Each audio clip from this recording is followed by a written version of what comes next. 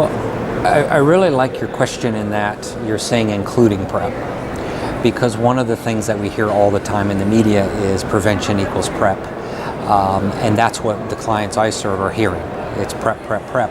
And I'll have providers and clinics call me and say, well, we want to start a PrEP clinic. So I listen to them, and what they're really describing and what they really want is a sexual health or a wellness clinic that includes condoms, treatment as prevention, PrEP. So we know that if you take a pill every day, as in pre-exposure prophylaxis, it works, but it's not for everybody. And I'll have clients that come in, we have the discussions, and they just say, that pill isn't for me, what else is available? So we definitely want to talk about not just that individual in front of us, but is your partner positive? If they're positive, are you going to their appointments? Are they taking medications? Because we know treatment is a form of prevention. So we really want to think about this as sexual health in general, because we also have a lot of misconceptions. They think, oh, I'm on this pill, I'm protected from everything. But yet we can see in some populations higher rates of other sexually transmitted infections. We're seeing more syphilis, gonorrhea, chlamydia, etc. So it's really bringing to them education and making sure that they're as safe as possible, so that all of a sudden they're not going from an HIV negative status to an HIV positive status. So we really want to think about it from that standpoint. We also want to think about it from the standpoint, it's so easy to say, your clinic should be doing this, your facility should be doing this. And when you're thinking about expanding services in any system, one of the things we really get from pushback is we have limited resources, and that doesn't always mean finance. That means we have limited staff, we have limited time, and to add one more thing, whether that be prevention or that be other types of care, can be very challenging. So one of the things that we want to do when we promote these type of services is finding that champion.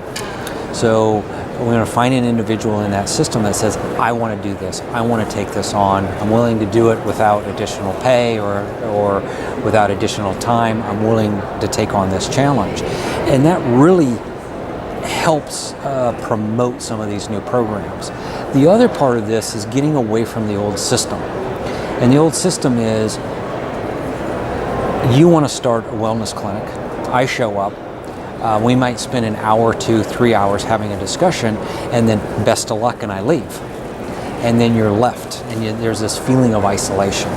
So really educating folks on how to expand these services, really thinking through this process, and also making sure they don't feel isolated, so they can contact somebody. They can contact the individuals that came to spoke to them. There are national helplines to assist with this.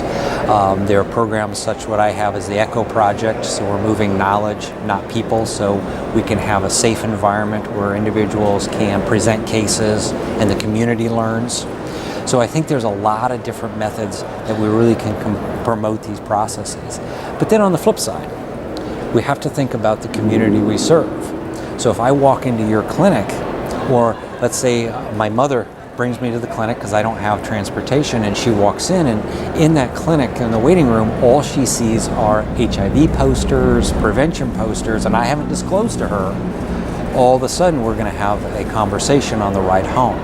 So that individual wants to feel safe in that environment, and a lot of times that is their support system, is that clinic, because they're not getting support from family because they haven't disclosed, they're not getting support from their faith-based organizations, from their work environment.